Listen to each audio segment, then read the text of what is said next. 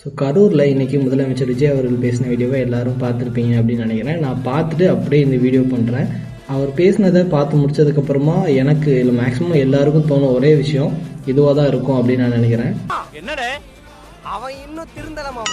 ஏன் அப்படி தோணுச்சு அப்படின்னா, இப்போ நீங்கள் வந்து நடிகர் கிடையாது, அதே மாதிரி எதிர்கட்சி கிடையாது, 2 வருஷம் பார்ட்டி ஆரம்பித்த புது பார்ட்டியெல்லாம் கிடையாது. நீங்கள் ஆட்சிக்கு வந்துட்டு ஒரு மக்களை போய் அட்ரஸ் பண்ண போகிறீங்க அப்படின்னா இந்த டைமாச்சும் உங்கள் ஸ்பீச் வந்து எல்லாருக்கும் ஜென்ரலைஸ்டாக இருக்கக்கூடிய ஸ்பீச்சாக இருக்கும் அப்படின்னு நினச்சேன். நிஜமாவே மெச்சூர்டாக இருக்கும், ரொம்ப தெளிவாக பேச போகிறீங்க அப்படின்னு தான் இங்கே இருக்க எல்லாரும் எதிர்பார்த்தோம். அதே மாதிரி அங்கே இருக்க பீப்புள் கரூர் மக்களுமே அதான் நினச்சிருப்பாங்கன்னு நினைக்கிறேன்.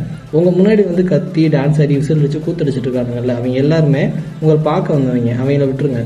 ஜென்ரலிஸ்ட்டாக நிறைய பேர் டிவி முன்னாடி உட்காந்து நீங்கள் இன்றைக்கி என்ன பேச போகிறீங்க அப்படின்னு தெளிவாக கேட்குறதுக்காக வெயிட் பண்ணிட்டு இருப்பாங்களே, அவங்களுக்கு எப்பயும் போல் ஒரு டிசப்பாயின்மெண்ட் தான் கொடுத்துருக்கீங்க.